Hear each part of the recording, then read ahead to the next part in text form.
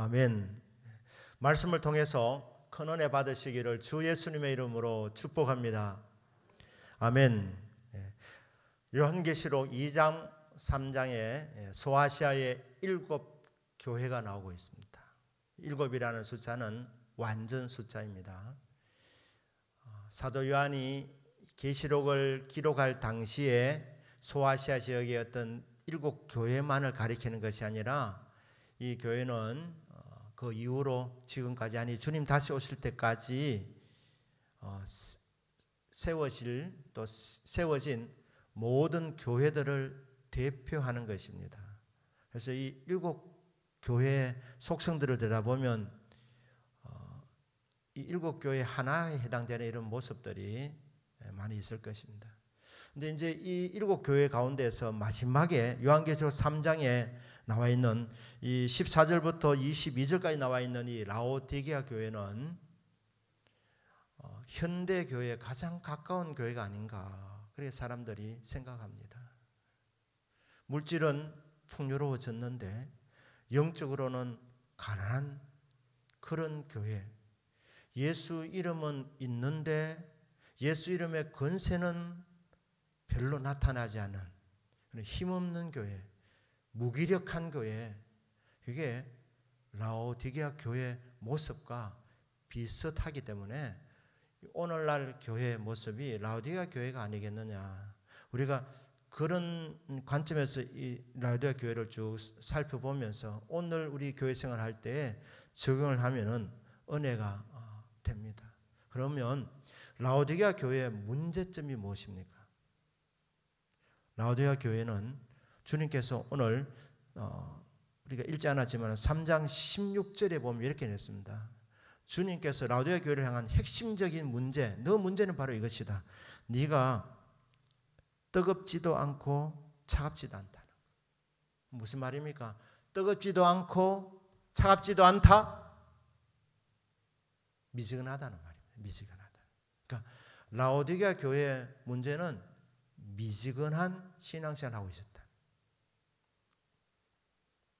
신앙생활을 하는 것을 보면 이게 하는 것 같기도 하고 아닌 것 같기도 하고, 기도는 하는 것 같은데 기도하는 것 같기도 하고 주무시는 것 같기도 하고, 이 신앙생활 하는데 좀 열정을 가져야 되는데 열심을 품고 주님을 섬겨야 되는데 덥지도 않고 차지도 아니하는 미지근한 상태, 열심히 식어져 있는 상태, 이게 라오디게아 교회의 문제의 핵심이었습니다. 왜 그렇게 되었습니까? 왜 신앙이 식어졌습니까? 왜 신앙에 열심히 식어버렸습니까? 라오디게아 교회가 물질이 풍성했기 때문입니다. 돈이 많았기 때문입니다.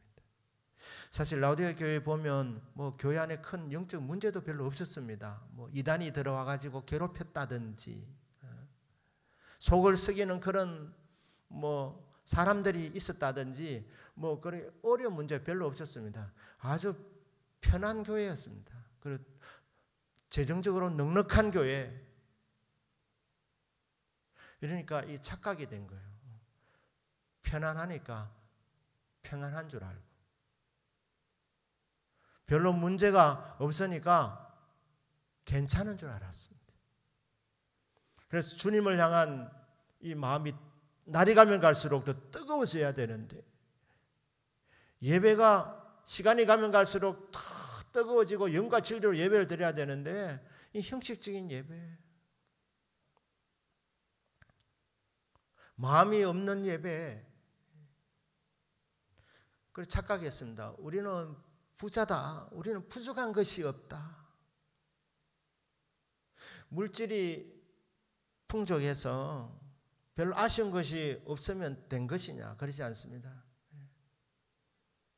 물질은 많아도 영적으로 파리하면 그 사람이 주님 보실 때는 가난한 사람이고, 그 사람이 주님 보실 때는 불쌍한 사람입니다. 이 어리석은 자여, 그 부자를 향해서 이제 먹고 즐기자. 나는 이제 인생을 그냥 즐기면 하면 된다 그럴 때 오늘 밤에 네 목숨을 찾으면 네가 쌓아놓은 것이 누구 것이 되겠느냐? 세상의 물질은 가득 세워놓고 하나님에 대해서 부여치 못한 자가 바로 이와 같으니라. 라오디게아 교회가 바로 그와 같은 교회였습니다. 별로 아쉬운 것이 없으니까, 경제적으로 넉넉하니까 하나님도 별로 필요하지 않은 것입니다. 육체 문제가 있든지 경제적인 문제가 있든지 환난을 당할 때 그때는 하나님을 찾는데 별로 문제가 없으니까 신앙이 식어버린 것입니다. 근데 하나님이 이렇게 말씀했습니다. 네가 차든지 뜨겁든지 하기를 원하노라. 네가 이같이 미지근하여 뜨겁지도 아니하고 차지도 아니하니 내 입에서 너를 토하여 버리리라. 하나님은 라오디게아 교인들 신앙생활 하는 것을 보며 굉장히 역겨워하셨습니다. 못 견디겠다 하셨습니다. 차든지 뜨겁든지 했으면 좋겠는데 미시건하게 안 믿는 것도 아니고 믿는 것도 아니고 저 너를 토하여 내치리라. 왜 신앙의 열정이 식으면 어떻게 되느냐? 예배 드릴 때에 말씀에 대한 자세에서 특별히 드러납니다. 여러분, 오늘 참 대면 예배가 다시 열렸는데 저는 더 많은 분이 올 줄 알았습니다. 참 이게 이렇게 한번 흐름을 끊어진다는 이게 우리가 더 세게 빡시게 기도해야 될 것 같습니다. 그래서 또 꿈꾸면서 우리 기도하는 것이죠. 이 자리가 가득 차는 것을 기대하며 꿈꾸면서 기도하는 것이죠. 그런데 여기 오셨으면 은혜 받으셔야 됩니다. 주님께서는 우리 눈에 보이지 않으면 여기 계시고 4만 영혼을 채워줄 줄로 믿습니다. 진짜 안타까운 것은 여기까지 와놓고 은혜 받을 생각 안 하고 자꾸 시계 보고 설교가 길면 어떻게 하나 이렇게 자꾸 딴 생각하게 되는 거, 그게 진짜 안타까운 것입니다. 말씀에 대한 열정, 주여 저는 주의 말씀을 들어야 삽니다. 말씀을 사모합니다. 주님 저에게 말씀하여 주옵소서. 이게 열정적인 신앙이죠. 그 말씀에 대한 자세를 말하는 것입니다. 근데 말씀에 대한 사모함이 없으면 들어도 못 듣는 겁니다. 한쪽 귀로 듣고 한쪽 귀로 흘려버리는 것입니다. 그러나 사모하는 영혼에게는 주의 말씀이 들려지는 줄로 믿습니다. 너를 토하여 내치겠다. 나 정말 너희들 보니까 정말 역겹다. 그래 주님 말씀하십니다. 큰일 난 겁니다. 주님 이렇게 판단하셨으니 주님 이렇게 평가하셨습니다. 라오디게아 교인들아, 너희들 정말 부자라고 생각하는데 우리는 부정이 없다고 말하는데 너희들 영적으로 너무너무 지금 가난한 사람들이다. 내가 필요 없다고. 그래 주님 말씀하시면서 정말 내가 토해내고 싶다. 토 나온다. 이렇게 말하는 것입니다. 자, 그러면 17절부터 주님께서 이제 채찍질이 와야 되는데 주님의 심판이 나타나야 되는데 주님의 징계가 나타나야 되는데 주님은 정말 교회를 사랑하십니다. 성도들을 사랑하십니다. 라오디게아 교회는 진짜 교회 같지 않은 교회였습니다. 그런데 주님은 라오디게아 교회도 교회로 여겨주신다는 것입니다. 라오디게아 다니는 교인들도 그 교회 다니는 교인들도 주님은 주님의 자녀로 생각하십니다. 그래서 이렇게 말씀합니다. 18절에서 내가 너를 권하노니 사랑의 겉면입니다. 19절에 물론 내가 사랑하는 자를 책망하여 징계하노니 그러므로 네가 열심을 내라 회개해라. 라오디게아 교인들 정말 내가 토 나온다고 말씀하시지만 얼마나 주님이 안타까웠으면 그렇게 말씀하시겠습니까? 그러나 주님의 그 마음 한가운데는 라오디게아 교인들 향한 뜨거운 사랑의 마음이 있었습니다. 정죄하지 아니하시는 하나님, 상황을 알아라고 정확하게 평가는 해주시지만 주님께서는 왜 이렇게 말씀하시느냐? 너희들이 정신 차리라고, 회개하라고, 다시 잃어버린 열정을 회복하라고. 주님께서 정말 사랑의 마음으로 나는 너희를 권면한다, 권한다. 이 권면을 받았으면 좋겠다. 사랑하는 자를 내가 책망한다. 내가 미워하면 그냥 내버려 둘 것인데 정말 사랑하기 때문에 내가 너를 책망한다. 회개해라. 열심을 내어라. 20절입니다. 볼지어다 내가 문밖에서도 두드리노니 누군지 내 음성을 듣고 문을 열면 내가 그에게로 들어가 그로 더불어 먹고 그는 나와 더불어 먹으리라. 주님 라오디가 교인들을 사랑하셨습니다. 라오디가 교인들은 주님 사랑 안 했습니다. 돈을 사랑했습니다. 그런데 주님은 그 교인들을 찾아오신다는 겁니다. 라오디가 교인들은 참 엄청난 일을 했습니다. 무슨 일을 했습니까? 주님을 바깥에 세워놓은 거. 주님 바깥에. 이 현재 완료형이니까 이 무슨 말입니까? 한 번 일어날 일이 아니고 지금 이 말씀을 줄 때까지 라오디가 교회 안에 주님 못 들어오신 겁니다. 왜? 관심이 없었기 때문에, 사모하지 않았기 때문에, 원치 않았기 때문에.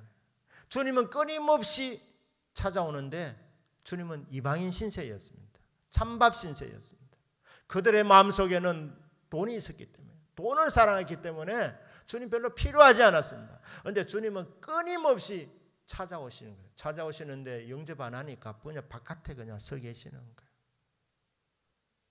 밤에 이슬을 맞으시면서, 비를 맞으시면서 끊임없이 찾아오시는 주님. 그런데 찾아오셔서 하시는 말씀이 내가 너희들의 문을 두드린다.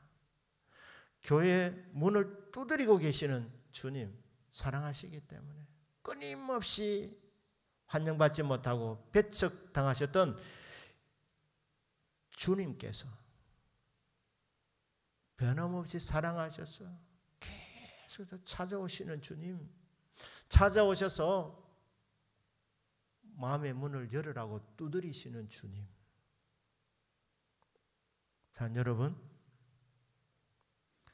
사랑으로 우리 마음의 문을 두드리시는 주의 음성이 들려질 수 있기를 주 예수님 이름으로 축복합니다.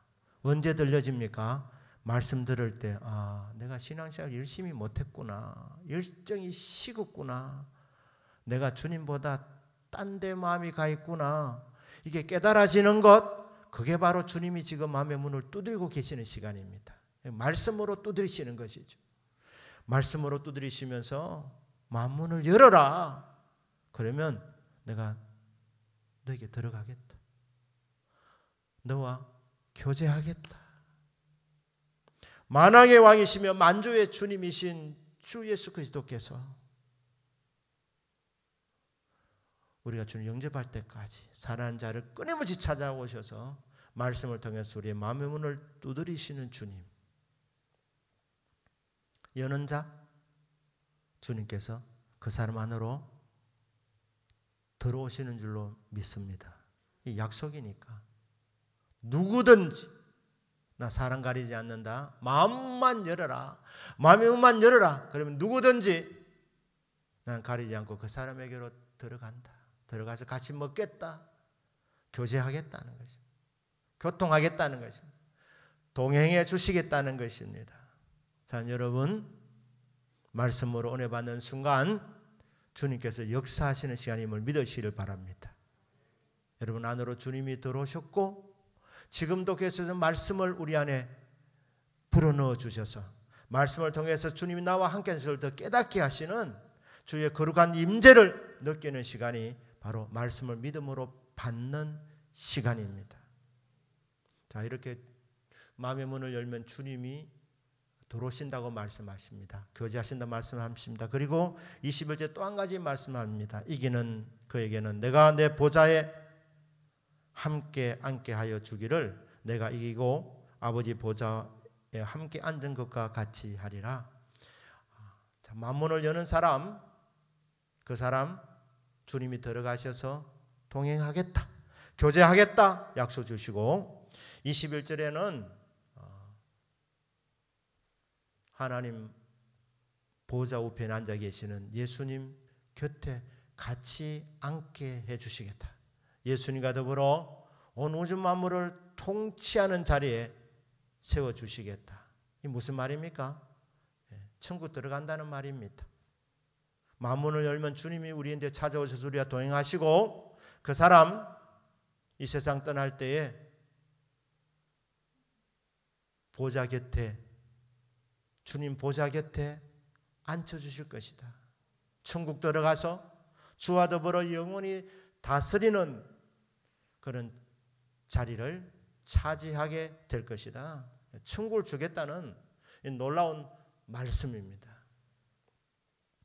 이제 이어서 우리 4장 말씀입니다. 4장 말씀 1절에 보면 주님께서는 이 땅에 오셔서 우리 만문을 열어주시고, 만문을 열고 구원받은 하나님의 자녀, 천국 백성이 된 사람들에게 어떻게 하시느냐, 연결해서 제가 봅니다. 4장 1절을 보면 하나님께서 영의 눈을 열어주십니다. 무엇을 보게 하십니까? 하늘 보좌를 보게 하십니다. 이게 4장 1절 말씀입니다. 이 일 후에 내가 보니 하늘에 열린 문이 있는데, 문이 열려졌다는 거예요. 하늘 문이 열려졌는데, 내가 들은 바 처음에 내게 말하던 나팔 소리 같은 음성이 이르되 이리로 올라오라. 이후에 마땅히 일어날 일들을 내가 내게 보이리라 하시더라. 하늘 문이 열려졌습니다. 사도 요한이 이리로 올라오라. 사도 요한의 영이, 성령이 이끌려서 천국으로 올라가서 보게 된 것입니다. 그런데 이 천국의 핵심이 어디냐? 보좌였습니다. 보좌. 보좌는 다스리는 장소입니다. 여러분, 세상은 복잡하고 세상은 혼란스럽지만 그래도 하늘 보좌에 앉아 계시는 주님, 한 순간도 그 자리를 비우지 아니하시고 그 자리에 계셔서 온 우주 만물을 다스리시는 통치자가 바로 주 여호와 하나님이신 줄로 믿습니다. 은혜 받고 나면, 구원 받고 나면 우리 영적 눈이 열려지는 겁니다. 어디가 보입니까? 우리가 장차 들어갈 천국이 보인다는 거예요. 아, 천국이 있구나. 나는 그곳에 간다. 그리고 그곳에서 주님과 더불어 영원히 왕노를 한다. 이게 믿어지는 것, 이게 보이는 것입니다. 그리고 주님이 눈을 열어주셔서 어디를 주목하게 하느냐? 보좌를 주목하게 한다는 것입니다. 여러분, 성도가 이 세상의 주인공들이 아닙니다. 인간이 주인공이 아닙니다. 천사도 주인공이 아닙니다. 주 여호와 하나님 중심으로 온 우주 만물이 돌아가고 있는 것입니다. 그러니까 천국의 핵심이 어디냐? 그건 바로 보좌입니다. 보좌. 하나님이 통치하시는 그 보좌, 그 장소, 그곳에 지금 집중이 되어져 있는 것입니다. 그 보좌에 앉으신 이가 어떤 분이십니까? 영원하신 분이십니다. 믿습니까? 정말 보배롭고 존귀하신 분이십니다. 거룩하신 분이십니다. 영원하신 분이십니다. 권세가 한이 없으신 분이십니다. 그분의 임재 앞에서 그분의 임재를 보는 모든 피조물들이, 여기 보면 24장로가 등장합니다. 그리고 6날개를 가진 천사들, 이런 천사들을 서랍이라 그럽니다. 2날개를 가진 천사는 거룹 천사라 그러고, 6날개를 가진 이 서랍들, 그 외에 열방에서 구원받은 백성들이 모여서, 그러니까 천군 천사, 24장로, 그리고 전 세계에서 구원받은 주의 자녀들이 그 보좌 앞에서 하늘 향해서 끊임없는 찬송을 올리고 있더라. 그래서 여러분, 요한계시록 1장은 예수 그리스도, 2장 3장은 교회, 4장은 예배입니다. 예배. 하나님의 거룩한 임재 앞에서, 그 거룩하고 존귀하신 하나님 앞에서 합당한 모든 피조물의 자세는 예배라는 것이죠. 근데 예배의 핵심은 찬송입니다. 이 서랍들이 언제나 찬양 불렀습니다. 밤에도 낮에도 한밤중에도 끊임없이. 여러분, 천국에서는 찬양이 끊어지지 않습니다. 찬양이 쉬는 시간이 없습니다. 끊임없이 찬양이 올립니다. 그리고 어디서나, 서랍들이 서랍 안에 있든지 서랍 밖에 있든지 상관없이 어디서나 찬양을 올리고 있는, 언제 어디서나 하나님을 찬양한다. 왜냐하면 하나님은 찬양 받으시기에 합당하신 분이기 때문입니다. 천국은 하나님의 임재, 그리고 그분 앞에서 예배를 통한 끊임없는 찬송이라는 것이죠. 그러니까 사랑하는 성도 여러분, 우리는 이 땅을 살아가면서 우리의 영적 눈이 늘 열려져 있어야 됩니다. 우리의 초점은 저 하늘나라입니다. 주여, 보좌에 앉아 계신 주님 믿습니다. 찬양과 경배와 존귀와 영광을 받으시기에 합당하신 분, 그 천국을 믿기 때문에 끊임없이 찬양이 하늘에서 이 땅으로 내려오고 있는데, 우리 화합에서 그 하늘을 사모하면서, 하늘을 바라보면서 저와 여러분은 끊임없이 찬송을 부려야 될 줄로 믿습니다. 제가 이번에 휴가 이후에 계속해서 늘 마음에 있는 게 지금 찬양입니다. 찬양하는 성도가 되었으면 정말 좋겠다. 근데 이 찬양이 정말 마땅한 것인데, 여러분, 성령 충만하면 어떻게 되느냐? 하나의 성령 충만한 사람의 특징이 뭐냐면요, 끊임없이 찬양하는 사람입니다. 좁은 길을 걸어가면서도 찬양하는 사람. 찬양하는 사람 보통 사람 아닙니다. 찬양할 때 주 임재가 나타나죠. 찬양할 때 치유도 나타나고, 찬양할 때 기쁨이 임하고. 그러니까 성령 충만한 사람은 끊임없이 찬양이 나오게 되어져 있는 것이죠. 하늘문 열려져 있는 사람, 영적으로 하늘을 바라보는 사람은 찬양하게 되어져 있습니다. 그런데 정말 놀라운 것은 우리 하나님께서 보좌 우편에 앉아 계실 뿐 아니라 그 주님이 우리 가운데 찾아오신다는 거예요. 이게 어떻게 가능하냐? 인간은 불가능하지만 무소부재하신 하나님은 가능합니다.